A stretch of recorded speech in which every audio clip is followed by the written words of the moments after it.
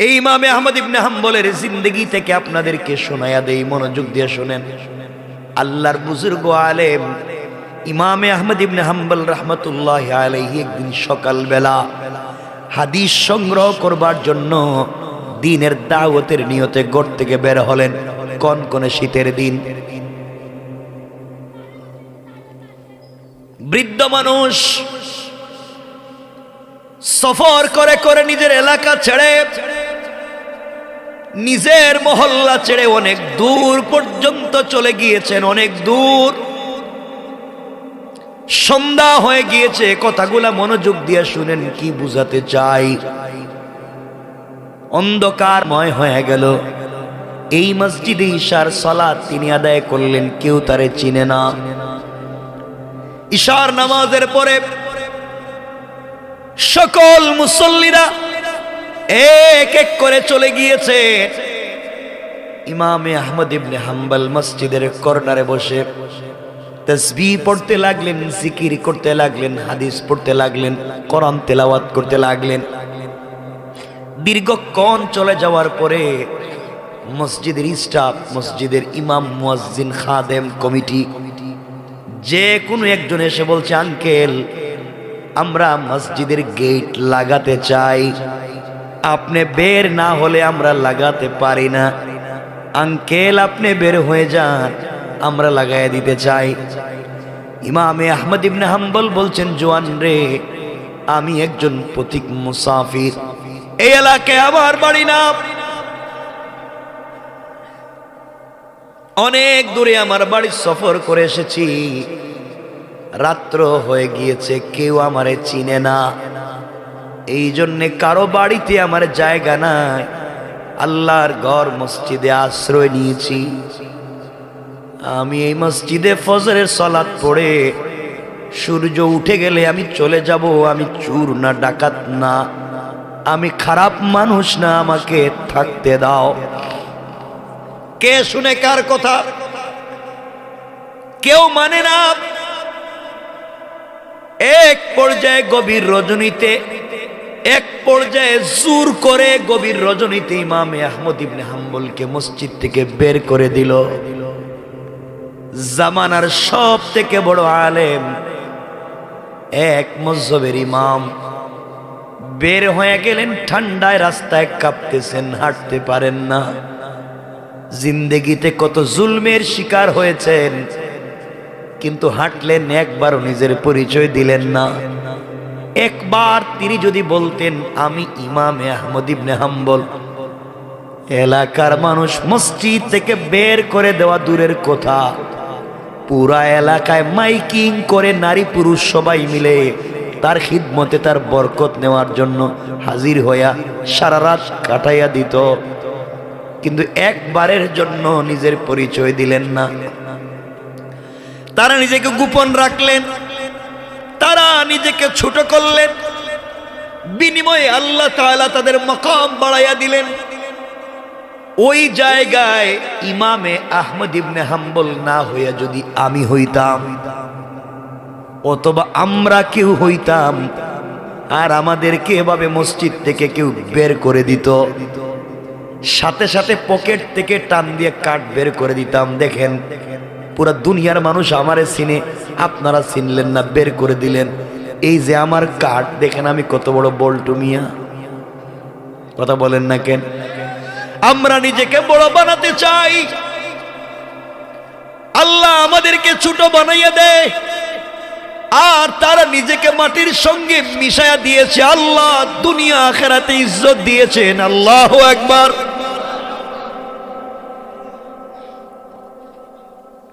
আমার বন্ধুগণ, মসজিদ থেকে বের হইয়া একা একা বুড়া মানুষ হাঁটেন, তাসবিহ পড়েন, জিকির করেন, কাঁপতেছেন, চলতে পারেন না। কিছু দূর যাওয়ার পরে দেখে বিশাল লম্বা একটা বাজার, কোটার কোনার মতো, এই মাথা থেকে ওই মাথা। বাজারের মধ্যখানে গিয়ে দেখে বাজারের সবগুলা দোকান বন্ধ। বাজারের মধ্যখানে ঝুপড়ি ঘর, ভাঙ্গা দোকান। বাজারের মধ্যখানে একটা দোকান খোলা, দোকানের ভিতরে এক জোয়ান যুবক বসে আছে। যুবকের দোকানের সামনে চুলার মধ্যে আগুন জ্বলে।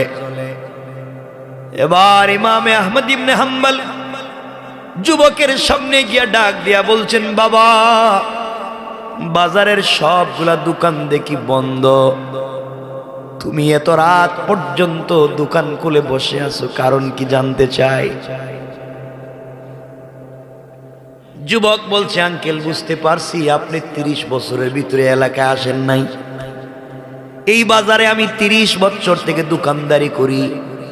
এই বাজারের সবগুলা দোকানদার ফজরের পরে দোকান খুলে সন্ধ্যার আজান হলে বন্ধ করে দেয়, আর একমাত্র আমি দোকানদার মাগরিবের আজানের পরে দোকান খুলি, ফজরের আজান পর্যন্ত দোকান চালাই।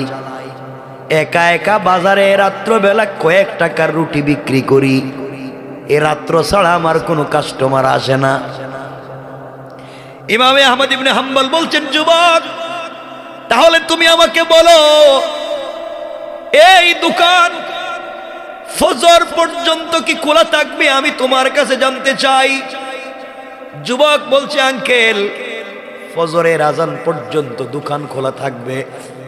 এই দোকান ফজরের আজান পর্যন্ত খোলা থাকবে আঙ্কেল। ইমামে আহমদ ইবনে হাম্বল বলছেন, জোয়ান রে, সত্যি যদি দোকান খোলা থাকে বাবা, তোমার দোকানের সামনে কি এভাবে আগুন জ্বলবে নাকি? জোয়ান বলছে, আঙ্কেল, হ্যাঁ, আমার দোকানের সামনে এইভাবে আগুন জ্বলবে চুলার ভিতরে। ইমামে আহমদ ইবনে হাম্বল রাহমাতুল্লাহি আলাইহি ডাক দিয়া বলছেন, জোয়ান, আমি কি তোমার দোকানের সামনে দাঁড়াইয়া দাঁড়াইয়া আগুন পোহাতে পারি, তাপ নিতে পারি, যার বিনিময়ে, যার মাধ্যমে আমার শরীর থেকে কিছু ঠান্ডা কমবে? আমি বুড়া মানুষ। যুবক ডাক দিয়া বলছে, আঙ্কেল, আপনি দোকানের বাহিরে দাঁড়াইয়া কষ্ট করবার দরকার নাই। অপরিচিত লোক এত কষ্ট করবেন কেন? দোকানে চলে আসেন, দোকানের ভিতরে বসেন, ফজরের আজান হলে আমিও চলে যাব, আপনিও চলে যাবেন। ইমামে আহমদ ইবনে হাম্বল দোকানের ভিতরে পৌঁছে গেলেন। অসুবিধা হইতেছে? বেশি হইতে হইতে 11:30 হয়ে যেতেছে। আমার বন্ধুগণ, কথাগুলা দিল দিয়া শুনেন কি বলতে চাই। যুবক ডাক দিয়া বলছে, আঙ্কেল, কি জানতে চান আমার কাছে বলেন। ইমামে আহমদ ইবনে হাম্বল রাহমাতুল্লাহি আলাইহি তাকাইয়া দেখে যুবক দোকানের ভিতরে বইসা যখন রুটি বানাবার জন্য খামির বানায়, তখনও যুবক পড়ে আস্তাগফিরুল্লাহ। রুটি তৈরি হয়ে গেলে নির্ধারিত জায়গায় রেখে দেয়, আবার পড়ে আস্তাগফিরুল্লাহ। এই রুটি যখন কেউ কিনতে আসে তার হাতে দেয়, আবার পড়ে আস্তাগফিরুল্লাহ। মানুষের কাছ থেকে যখন টাকা নেয়, নির্ধারিত জায়গায় টাকা রেখে আবার পড়ে আস্তাগফিরুল্লাহ। ইমামে আহমদ ইবনে হাম্বল আশ্চর্য হয়ে গিয়েছেন, যুবক রে, রুটি বানাইতেও পড়ে আস্তাগফিরুল্লাহ, বিক্রি করতেও পড়ে, টাকা নিয়েও পড়ে, কারণ কি? অজওয়ান, বলো না, এত আস্তাগফিরুল্লাহ পড়বার কারণ কি?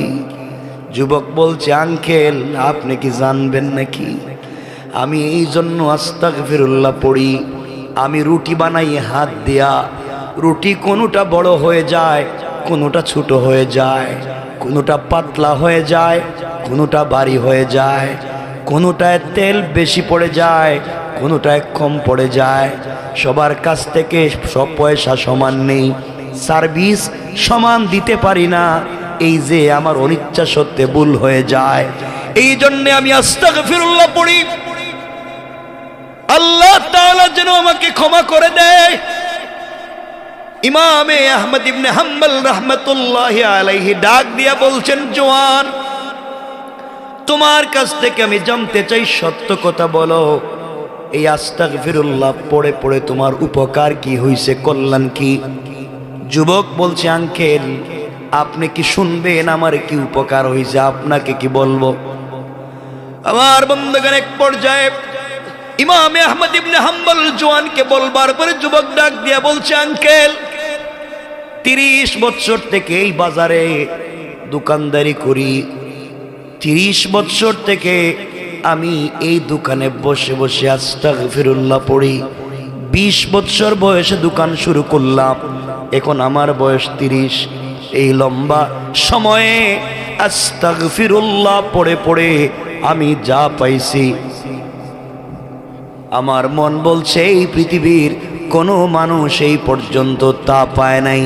পড়েন সুবহানাল্লাহ। ভাই তোমরা দাঁড়ায় রইছো কে? আরে আসো আসো, এই ভাই যেতে পারবো না, আসো। এই তো মাশাআল্লাহ, কত ভদ্র ছেলেরা। এরা খারাপ হইলো ভদ্র আছে, এরা যে খারাপের খারাপ। কি যে স্পিরিটে মোটরসাইকেল চালায়, ওই আল্লাহ, ভাঙ্গা রাস্তায় এত স্পিরিট দেয়। আর যদি মোটরসাইকেলের পিছনে তার গার্লফ্রেন্ড বা কোনো বাবিরে বসাইতে পারে, এত স্পিরিট দেয়, মানে এমন স্পিরিট দিছে মোটরসাইকেল, 1 মিনিট পরেই দেখে পঙ্গু হাসপাতাল। ঘটনা কি রে, ছিলাম রাস্তায় কোটার কোন, এখন দেখি হাসপাতালে। এই কাজ করা যাবে না, এই কাজ করা যাবে না। নোংরা সমাজকে ভালো বানাতে হবে, দ্বীনের পথে নিয়ে আসতে হবে। খুব সংক্ষেপ কিছু কথা। যাদের জন্য আমরা এত কিছু করি, আমাদের বাচ্চাদের জন্য, মা বাপের জন্য, সন্তানের জন্য, স্ত্রীর জন্য, কিয়ামতের দিন কেউ কাজে আসবে না। কোরআনে কারীমের সূরা আল মাআরিজ 28 নম্বর পারা 8 নম্বর আয়াত থেকে আল্লাহ বলছেন, ইয়াউমা তাকুনুস সামাউ কাল মুহল। বান্দা, যেই দিন আসমান থাকবে না, বিগলিত তামার মতো ফুটা ফুটা হয়ে পড়বে। ওয়া তাকুনুল জিবালু কাল আইন। যেদিন পাহাড়গুলা রঙিন সুতার মতো উড়ে যাবে, পাহাড়ও থাকবে না। ওয়ালা ইয়াসআলু হামিমুন হামিমা। ওই দিন কলিজার টুকরা বন্ধু পর্যন্ত বন্ধুর খবর নিবে না, কেউ না। রব বলছেন, কার পিছনে সময় ব্যয় করেছো? ইউবাসসারুনহুম ইয়াওয়াদ্দুল মুজরিম লাউ ইফতাদি মিন আযাবি ইয়াউমি ইযিন বিবানি। আল্লাহ বলবেন, গোলাম তোর আমল নামা লিখে দেখি নামাজ ঠিক মতো পড়লে না, কারণ কি? তোকে তো জাহান্নামে যাওয়া লাগবে। গোলাম আল্লাহর কাছে জবাব দেয়। আমার মুসলমান বন্দেগান, গভীর মনোযোগ কথাগুলো দিল দিয়া শুনেন কি বলতে চাই। আল্লাহ তাআলা ডাক দিয়া বলেছেন, গোলাম তোমার আমল নামায় লিখা দেখি তুমি সালাত ঠিক মতো পড়ো নাই, সালাত সময় মতো পড়ো নাই। কারণ কি? গোলাম ডাক দিয়া বলছে, আল্লাহ তাআলা সন্তানদেরকে বেটার লাইফ দেওয়ার জন্যে, ভালো স্কুলে পড়াবার জন্যে, সন্তানদের জন্যে ভালো একটা দামি বাড়ি, একটা গাড়ি, সুন্দর বিজনেস তৈরি করে দেবার জন্যে রাত দিন গাদার মতো কাজ করেছি। বৃষ্টিতে ভিজলাম, রোদে শুকাইলাম। আয় আল্লাহ তাআলা 50-60 বছর প্রবাসে কাটাইয়া দিয়েছি। পুরা জিন্দেগির সবগুলো সঞ্চয় সন্তানের পিছনে ইনভেস্ট করেছি, ব্যয় করেছি। আল্লাহ তাআলা ওভার ডিউটি করেছি, এতগুলা কাজ করতে গিয়ে আমি সালাত পড়তে পারি নাই।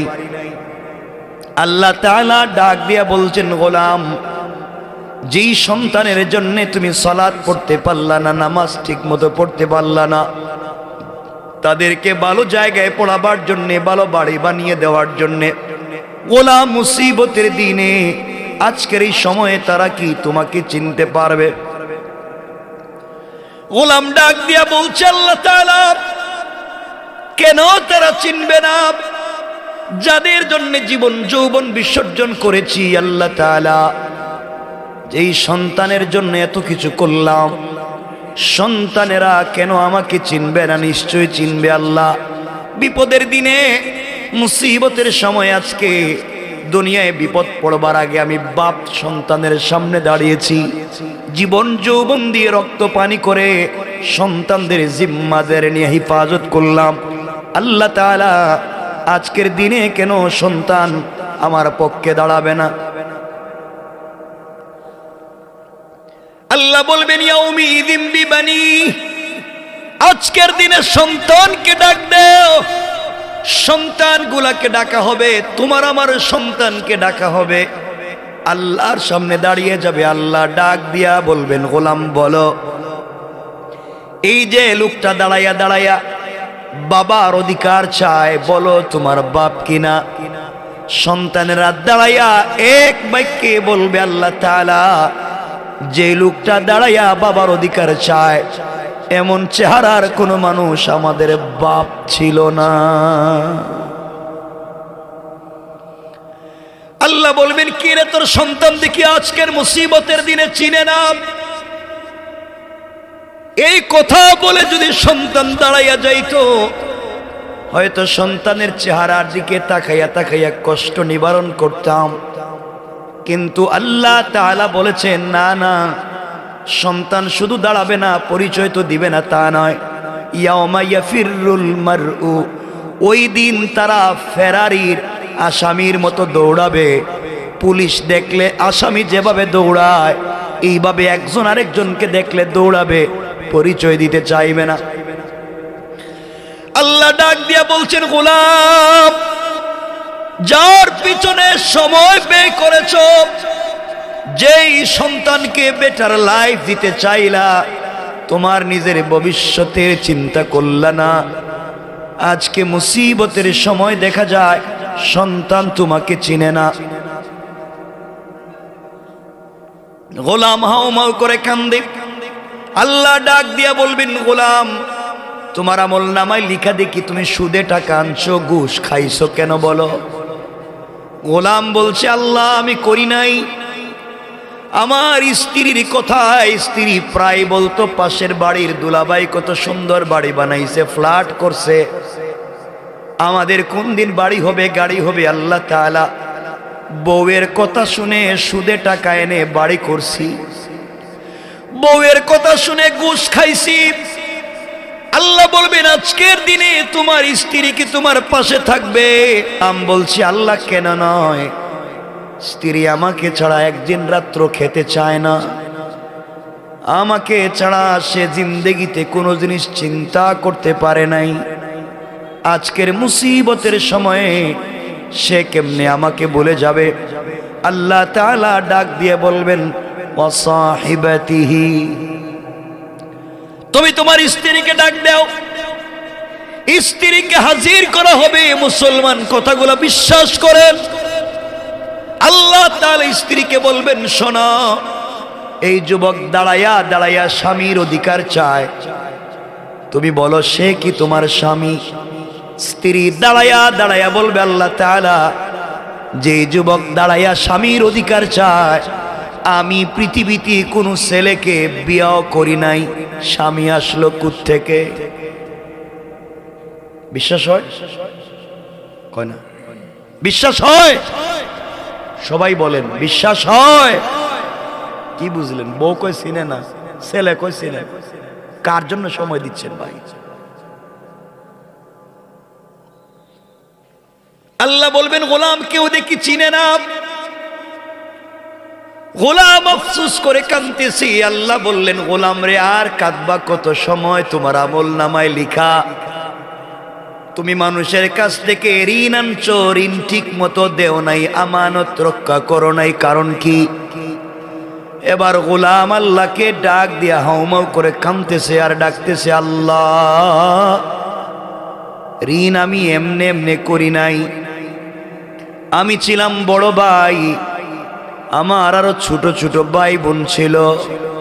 আল্লাহ, ভাইদেরকে লেখাপড়া করাইয়া, বিজনেস ধরাইয়া, চাকরি ধরাইয়া, অথবা বিদেশে পাঠাইয়া দিতে, কত মানুষ থেকে কত ছয় নয় করে মিথ্যা কথা বলে টাকা আনছি।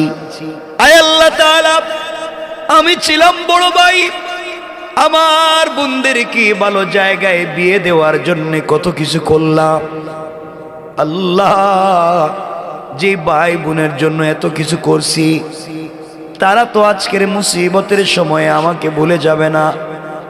আমি বড় ভাই গাদার মতো কাজ করলাম, তাদেরকে লালন পালন করলাম। আল্লাহ বলবেন, ওয়া আখি, ডাক দেও তোমার ভাই বোনকে। ভাই বোনকে হাজির করা হবে।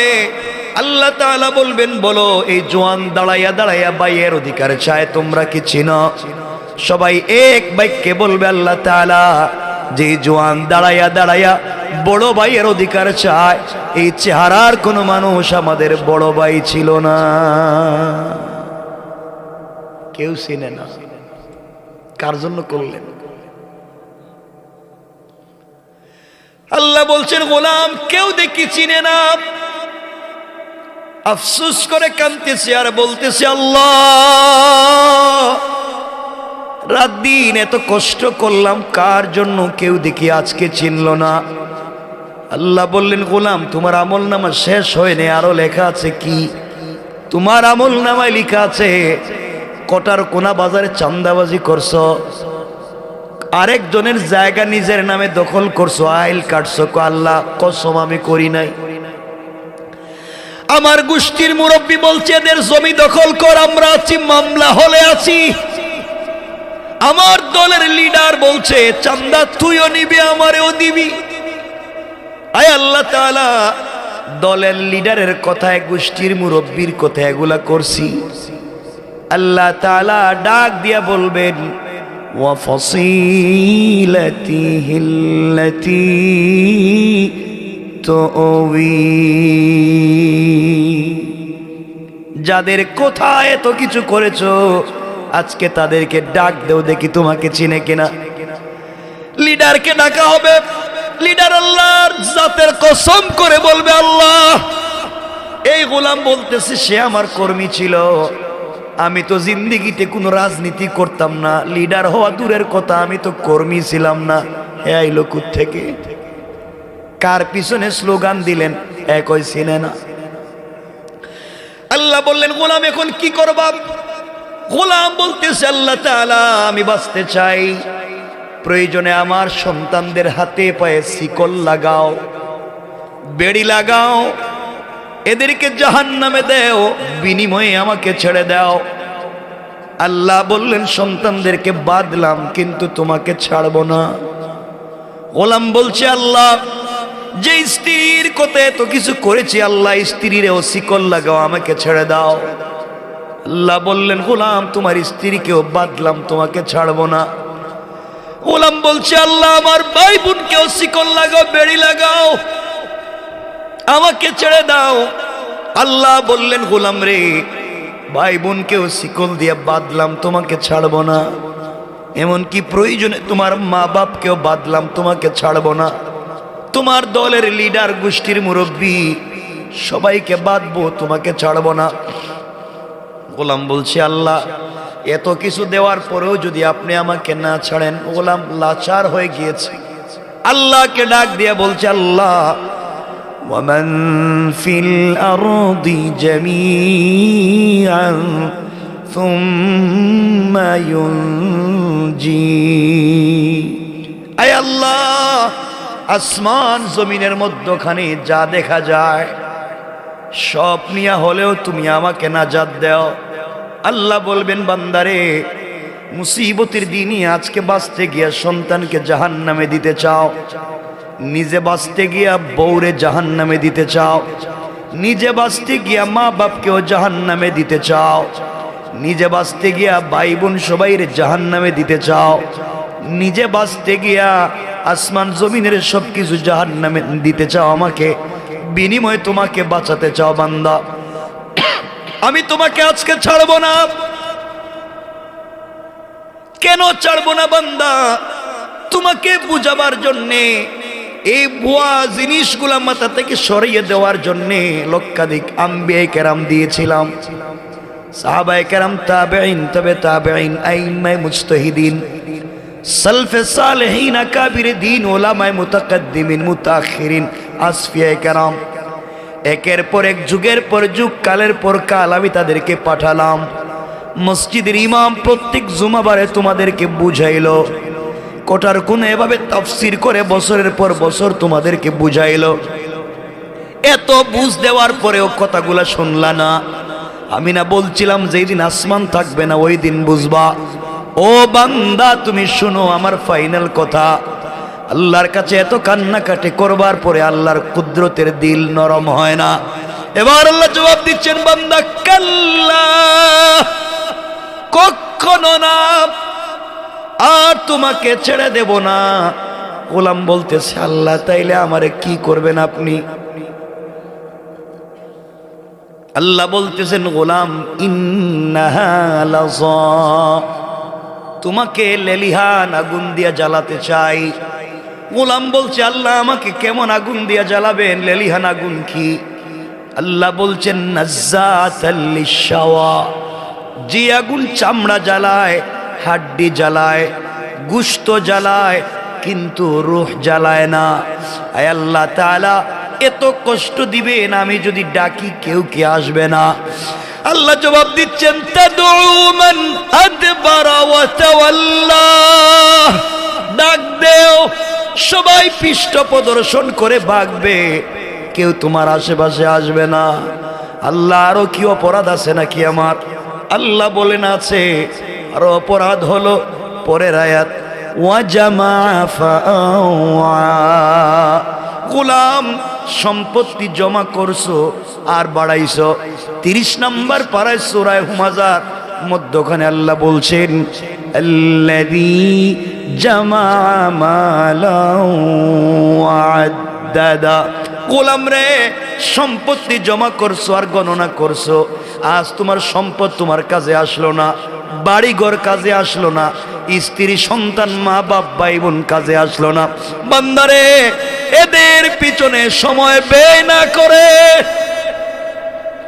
আমি আল্লাহকে চিনতে পেরে আমার দেওয়া কপাল আমার কুদরতের পায়ে লাগাইয়া, আমার দেওয়া চোখ থেকে পানি ছেড়ে দিয়া, আমার দেওয়া জবান দিয়ে গভীর রজনীতে সিজদায় পড়ে আমাকে যদি ডাক দিয়া বলতে, আল্লাহ ভুল করেছি, অপরাধ হয়ে গিয়েছে আল্লাহ, আল্লাহ তাআলা বলছেন, গোলাম রে এত অপরাধ করবার পরেও তুমি যখন সিজদা দিবা, আমি আল্লাহ কিন্তু তোমার সিজদারে ফেলে দিতে পারি না, কারণ তোমার সিজদার আমি আল্লাহর কাছে বড়ই দাম। কথাগুলা ভালো করে মনে রাখবেন। তারিখ ইবনে জারির তাবারিতে আর আল্লামা জুলফিকার নকশবন্দি খুতুবাতে জুলফিকারে সিজদার দামের একটা ওয়াকিয়া নিয়ে আসছেন। 1 মিনিটে বলি। আল্লাহ তাআলা জিবরিল আমিনকে যখন সৃষ্টি করলেন, জিবরাইলকে তৈরি করলেন,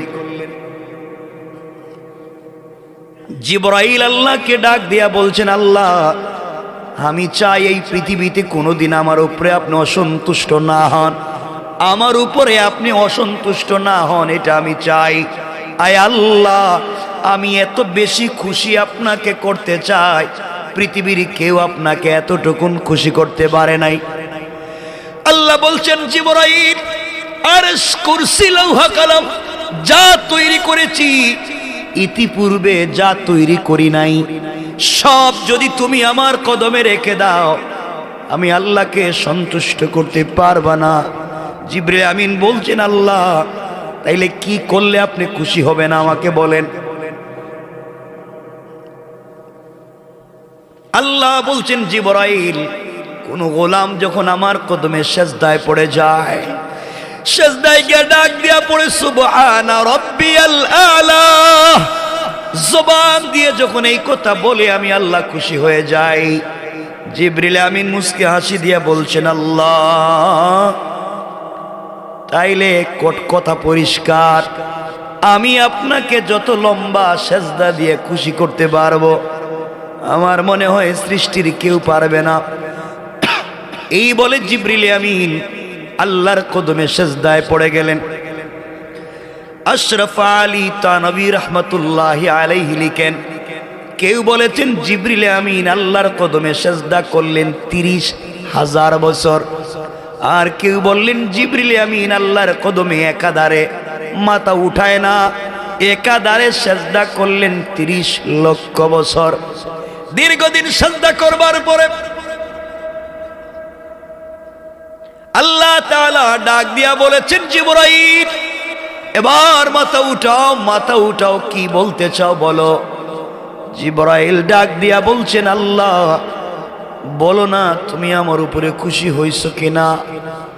আমি না তোমাকে খুশি করতে এত লম্বা সেজদা দিলাম।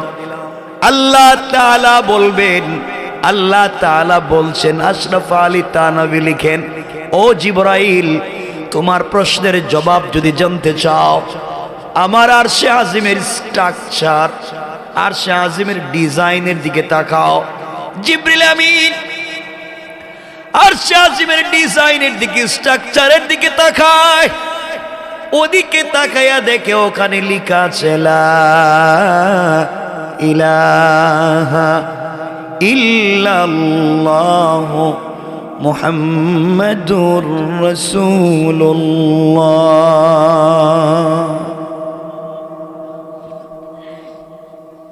জিবরাইল আল্লাহকে ডাক দিয়া বলছেন, আল্লাহ বলেন না আমার সিজদার সঙ্গে কালিমার সম্পর্ক কি?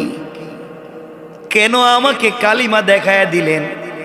আল্লাহ বলছেন, জিবরাইল শোনো, আখেরি জামানার পয়গম্বর, আমার কলিজার টুকরা প্রিয় হাবিব, যাকে উপলক্ষ করে আমি আল্লাহ তাআলা এত কিছু সাজাইলাম, সেই বন্ধুকে আমি আল্লাহ কালিমা গিফট করতে চাই, উপহার উপঢৌকন দিতে চাই।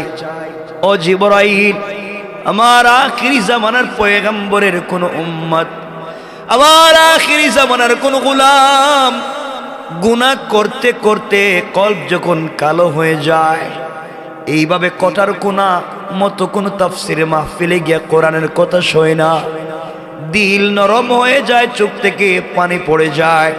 গোলাম যখন গভীর রজনীতে বাড়িতে গিয়া সেজদায় পড়ে আমাকে বলে সুবহানা রব্বিয়াল আলা, গোলাম যখন সেজদায় গিয়া বলে সুবহান, আমি আল্লাহ বলি, বান্দা আমি পবিত্র, সাব্বাহতানি, তুমি কেন আমাকে বলতে গেলা এতদিন পরে আমি পবিত্র?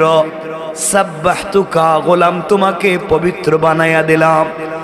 গোলাম যখন সেজদায় গিয়া পড়ে আলা, আল্লাহ বললেন আলাইতানি, আমি তো বড়, এতদিন পরে মনে হইছে আমাকে বড় বলে স্বীকার করবা। বান্দারে, এতদিন পরেও যে আমার স্বীকার করছো আমি বড়, আলাইতুকা, আমি আল্লাহ তোমাকে বড় বানাইয়া দিলাম। জিবরাইল, তুমি 30 লক্ষ বৎসর সেজদায় পড়ে যেই শান, যেই মান, যেই মর্যাদার মালিক হতে পারো নাই, আখিরি জামানার গোলামেরা একবার সেজদায় গিয়ে যখন পড়ে সুবহানা রব্বিয়াল আলা, তার ওই একবারের সুবহানা রব্বিয়াল আলার মর্যাদা আমি আল্লাহর কাছে তোমার 30 লক্ষ বৎসরের সেজদার চাইতে বেশি দামি হয়ে যায়। আল্লাহু আকবার, জোরে বলেন আল্লাহু আকবার। অসুবিধা হচ্ছে? 11টা হয়ে গেছে। বুঝা গেল এই পৃথিবীতে আল্লাহকে খুশি করা যায় কি দিয়া? জওয়ানেরা বলো কি দিয়া? জওয়ান, কার পিছনে সময় ব্যয় করো? যার সাথে যার ভালো সম্পর্ক, সে গভীর একাকিত্বে নিবৃতে অন্ধকারে কথা বলতে ভাল লাগে। আল্লাহ বলেন, গোলাম আমি না তোদেরকে নিজের হাত দিয়ে বানাইছি, আমি না তোদেরকে দিল থেকে ভালোবাসি। রাত হয়ে গেলে তোমরা ঘুমায় যাও, আমি তো ঘুমাই না। কখন জানি তুমি ডাক দিবে আর আমি ঘুমায় যদি যাই, বান্দা বিপদে পড়ে ডাকলে আমারে পাবে না। লা তাখুযুহু সিনাতুম ওয়ালা নাওম, আমারে কোনো ঘুম পায় না, তন্দ্রা পায় না। গোলাম, এই গভীর রাত্রে যখন তুমি সেজদায় পড়ে যাও, আমার তো একা একা আল্লাহু আরশে ইস্তাওয়া, ওখানে আমার একা একা ভাল লাগে না। সেজদায় যখন গিয়ে তুমি আমাকে ডাক দাও, তখন আমি ওখানে থাকি না, তোমার সেজদার জায়গায় হাজির হয়ে যায়। রব আপনাকে আমাকে ভালোবাসে, আপনি আমি বুঝি না। এই জন্য আল্লাহর ওয়াস্তে, আল্লাহর ওয়াস্তে যারা বসছেন, আল্লাহর ওয়াস্তে আবারও বলছি, ভাই যা করেন, যা করেন, নামাজটা ঠিক মতো পড়েন। আর কিছু বললাম না, যা করেন নামাজটা পড়েন। যে অবস্থায় আছেন, যেই অবস্থায় যেখানে আছেন, নামাজ। ইনশাআল্লাহ এতগুলা মানুষ ইনশাআল্লাহর আওয়াজে তো আসতে কইলেন, আর জোরে বলেন ইনশাআল্লাহ। জীবনে কামিয়াবি আর সফলতা পেয়ে যাবেন। কেন টাকার পিছনে দৌড়াও, কেন দুনিয়ার পিছনে দৌড়াও? মালিককে একটু সময় দেও না, মালিকের সাথে একটু বন্ধুত্ব করো না। দেখো মালিকের সঙ্গে কথা বলতে বলতে বান্দার বান্দা থাকে না, বান্দা তখন আল্লাহর বন্ধু হয়ে যায়। কেন বুঝো না? এই জন্য আল্লাহ বলছেন আমার বন্ধু যদি হতে চাও, আমার বন্ধু হতে গেলে কিছু গুণ লাগবে। যে কাউরে বন্ধু বানায় না আল্লাহ। এই জন্য আল্লাহর বন্ধু হতে চাই, সবাই চাই। একটু হাত তুলে দেখান কারা কারা চাই না। চাই না কইছি, আমি তো চাই না কই। ঠান্ডার সময় হাত উড়ে, এটা তো বন্ধ থাকার কথা ছিল। এর দিকে আরো গরম দেখা যায়।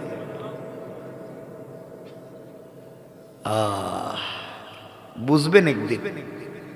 আমার বন্ধুগণ, আল্লাহর সাথে সম্পর্ক করতে চাই, শোনা কথা আপনাদেরকে কয়েক মিনিটে শোনায়া দেই, খুব মনোযোগ দিয়ে শুনেন।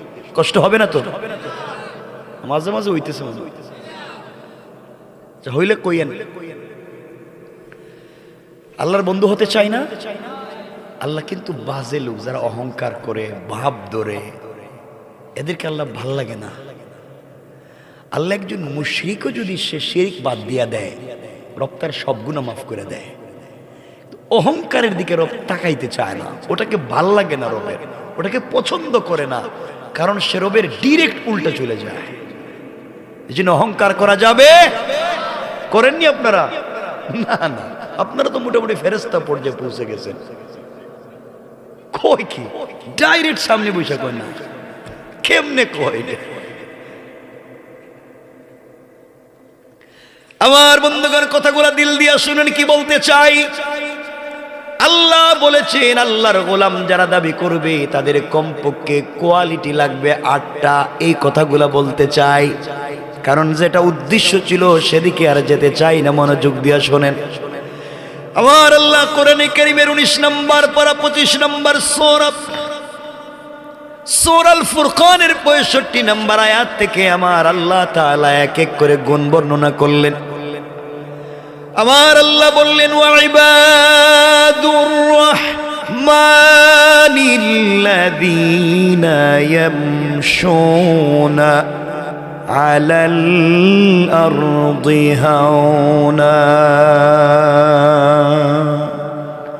আল্লাহ রাব্বুল ইজ্জত ওয়াল জালাল বলছেন, মুসলমানেরা, এই দুনিয়ার জমিনে যারা আমি আল্লাহর গোলাম দাবি করবে, আশিকের রাসূল দাবি করবে, আমি আল্লাহর গোলাম নিজেকে মনে করবে, বান্দারে আমি আল্লাহর গোলামের 1 নম্বর গুণ হলো দুনিয়ার জমিনে আমার কোনো বান্দা চলার পথে অহংকার করতে পারে না।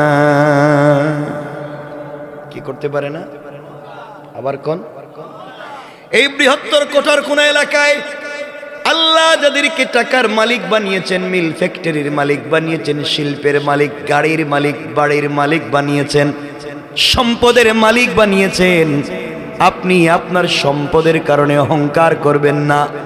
আপনি যদি আপনার সম্পদের কারণে, ক্ষমতার কারণে, প্রভাবের কারণে অহংকার করে বসেন, আবার আল্লাহ চাইলে 10 তলা থেকে থাবড়াইয়া গাছতলায় নামাইয়া দিতে আমার আল্লাহর 1 মিনিটও দেরি হবে না। কোন ঠিক কিনা? আর আপনি আমি যদি অহংকার ছেড়ে দিতে পারি, নিজেকে শহরে সবজি নিয়ে গ্রাম থেকে বন্ধু আসছে, আল্লাহু আকবার বললেন না?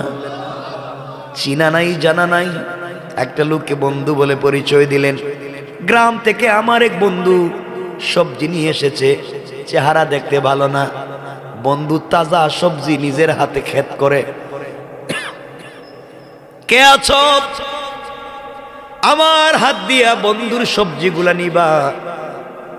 আরে মদিনার মানুষের একটু আগে যারা সবজি কিনতে চায় নাই, আল্লাহর রাসূল এই কথা বলবার পরে কত লোক যে আফসোস করে, আহারে ওই জায়গায় যদি গোলাম না হইয়া আমি হইতাম। আল্লাহর রাসূল তাকে বন্ধু বলে পরিচয় দিয়েছে, এর চাইতে বড় সার্টিফিকেট আর নাই।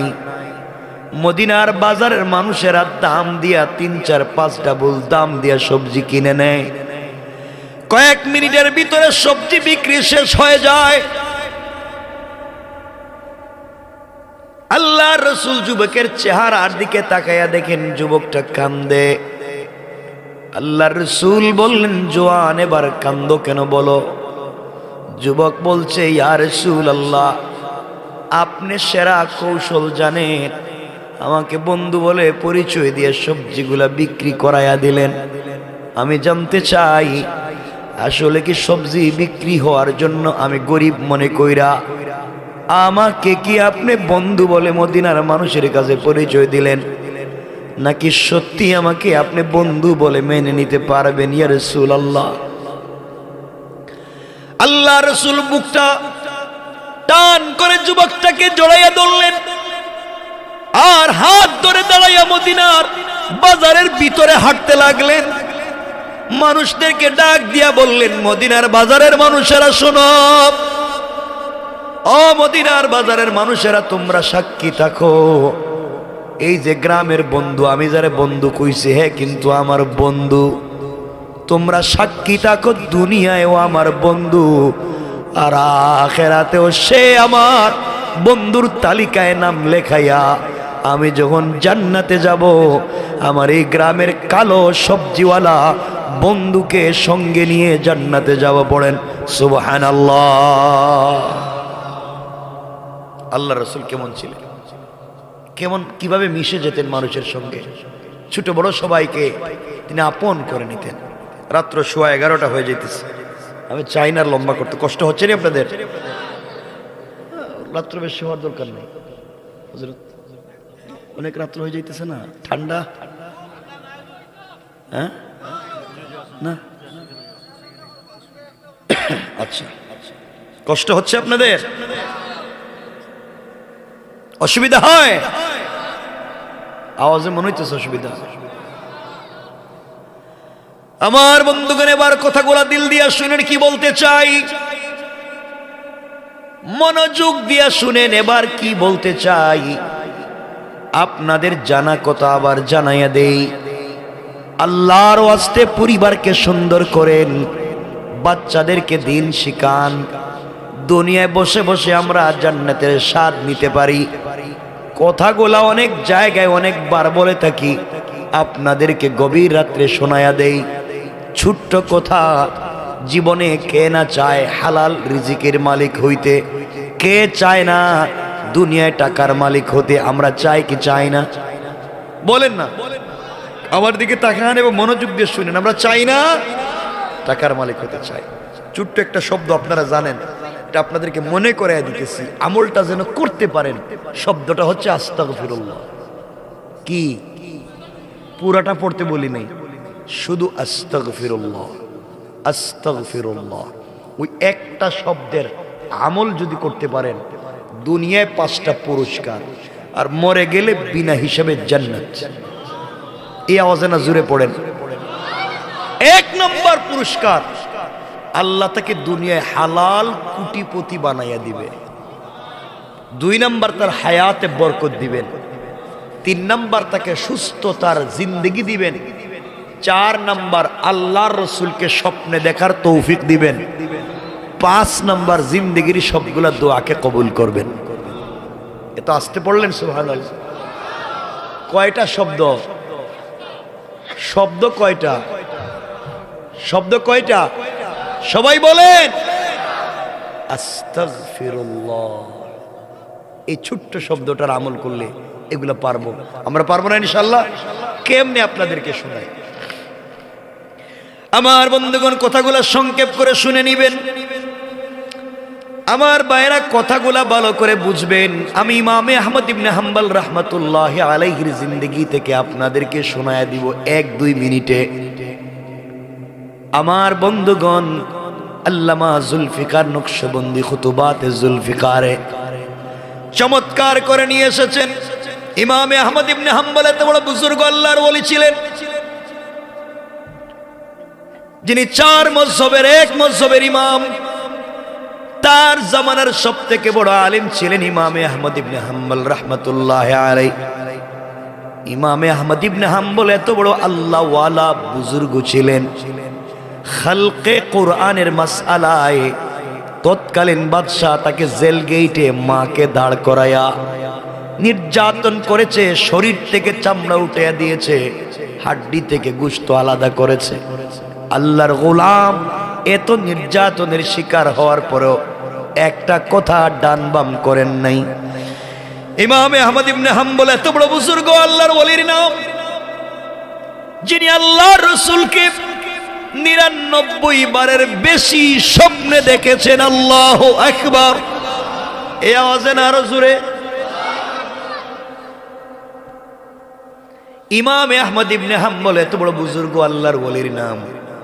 এই পৃথিবীতে সবথেকে বড় হাদিসের কিতাব যেগুলা, এর মধ্যে অন্যতম একটা কিতাব মুসনাদ ইমাম আহমদ ইবনে হাম্বল, যার ভিতরে ৪০,০০০-এর বেশি হাদিস আছে। এই কিতাবটাও সংকলন করেছেন ইমাম আহমদ ইবনে হাম্বল। পড়েন সুবহানাল্লাহ।